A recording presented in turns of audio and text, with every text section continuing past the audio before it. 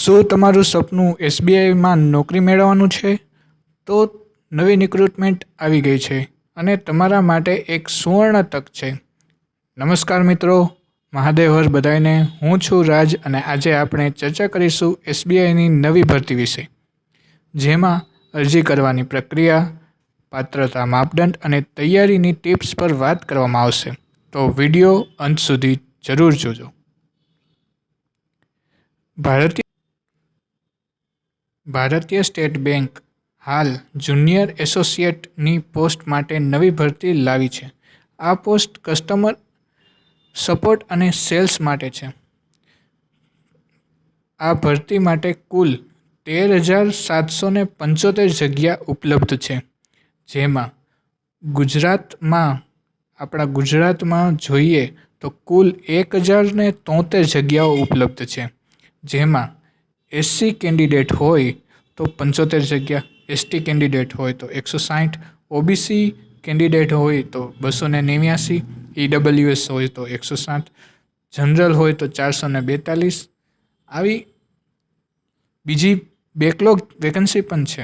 Backlog vacancy એટલે, જો તમને ખબર ન હોય તો જણાવી દઉં, બેકલોગ વેકન્સી એટલે ભરતી કરી હોય પરંતુ કોઈપણ કારણોસર તે જગ્યા ભરાણી ન હોય તો તે જગ્યાને નવી ભરતીમાં એઝ અ બેકલોગ તરીકે એડ કરવામાં આવે છે.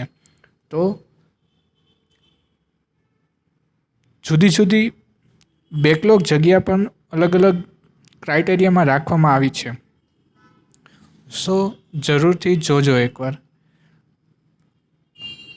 ભરતીમાં ઉંમરની વાત કરીએ તો 20થી 28 વર્ષ સુધીના ઉમેદવારો અરજી કરી શકે છે અને અનામત વર્ગ માટે ઉંમરમાં છૂટછાટ ઉપલબ્ધ છે, જેમાં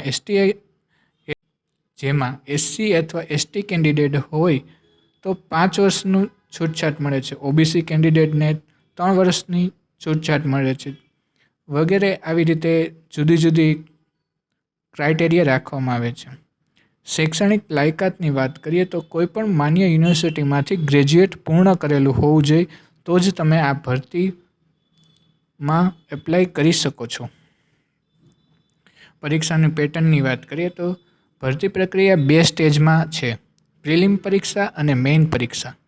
પ્રિલિમમાં અંગ્રેજી, ગણિત અને રિઝનિંગ પર આધારિત કુલ 100 પ્રશ્નો અને 1 કલાકનો સમય હોય છે.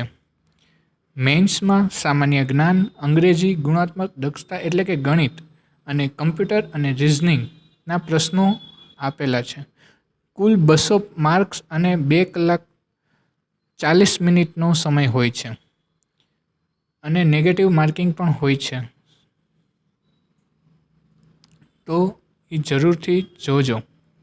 પરીક્ષાની પેટર્નમાં પ્રિલિમ અને મેઇન્સમાં મહત્ત્વની વાત એ છે કે સેક્શનલ કટ ઓફ નથી આ ફેરી, જેથી તમને પ્રિલિમમાં અંગ્રેજી વધુ નથી ફાવતું કે ગણિત વધુ નથી ફાવતું તો તમે પરીક્ષા પાસ કરી શકો છો. તે સેક્શનલને ઓછું ધ્યાન આપી તમે ક્લિયર કરી શકો છો. તો એકાએક બહુ મહત્ત્વની વાત કહેવાય. હવે અરજીની પ્રક્રિયા વિશે જાણકારી લઈએ તો અરજી પ્રક્રિયા ઓનલાઈન છે. તમે એસબીઆઈની ઓફિશિયલ વેબસાઇટ પર જઈને રજિસ્ટર કરી શકો છો. ફોર્મ ભરતી વખતે તમારું ડેટા બરાબર ચકાસો પછી સબમિટ કરજો. હવે તૈયારીની રીત પર વાત કરીએ તો સિલેબસ સારી રીતે સમજો અને તમારી તાકાત પર ધ્યાન આપો. તમને જે વસ્તુ વધુ આવડે છે તેના પર વધુ ફોકસ કરો. પ્રતિદિન અભ્યાસ કરો. પ્રતિદિન અભ્યાસ માટે સમય ફાળવો. મોક ટેસ્ટ આપો જેથી તમને તમારી સ્પીડ અને એક્યુરેસી સુધરે. તમને તમારું લેવલ ખબર પડે કે તમે ક્યાં છો, તમને કેટલું આવડે છે. ખુદને ટેસ્ટ કરો. પછી કરંટ અફેર્સ માટે અખબારો અને ન્યૂઝપેપર ફોલો કરો, જેથી તમને કરંટ અફેર વિશે માહિતી મળે. પરીક્ષાની પ્રિલિમ પરીક્ષામાં સરળ પ્રશ્નો પહેલાં ઉકેલો. પરીક્ષાની ટિપ્સ વિશે વાત કરી તો પ્રિલિમ પરીક્ષામાં સરળ પ્રશ્નો હોય તો પહેલાં ઉકેલો એને. મેન્સમાં ચોકસાઈ પર ધ્યાન આપવું પડે, કારણ કે નેગેટિવ માર્કિંગ હોય છે બેયમાં. પ્રિલિમ્સ પેપરનું લેવલ ઓછું હોય છે, જ્યારે મેન્સનું લેવલ વધારે હોય છે. તો ગભરાયા વગર નિડરતાથી, કોન્ફિડન્સથી આન્સર આપો અને તમે જરૂરથી પાસ કરી શકશો. તમે આ ભરતી માટે તૈયારી કરી રહ્યા છો તો તમારા પ્રશ્નો નીચે કમેન્ટમાં શેર કરો અને હું તમને મદદ કરવાનો પ્રયાસ કરીશ.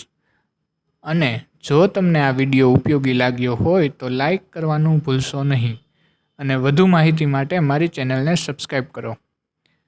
અને મારે બેંકની પરીક્ષામાં પ્રથમ વાર કેવી રીતે પાસ કરવી છે તે માટે હું આવા અવનવા વિડીયો લાવીશ. તો તમારા સપનાને સાકાર કરવા માટે નિશ્ચિતતા સાથે મહેનત કરો અને હું તમને ભવિષ્યની શુભેચ્છા આપું છું.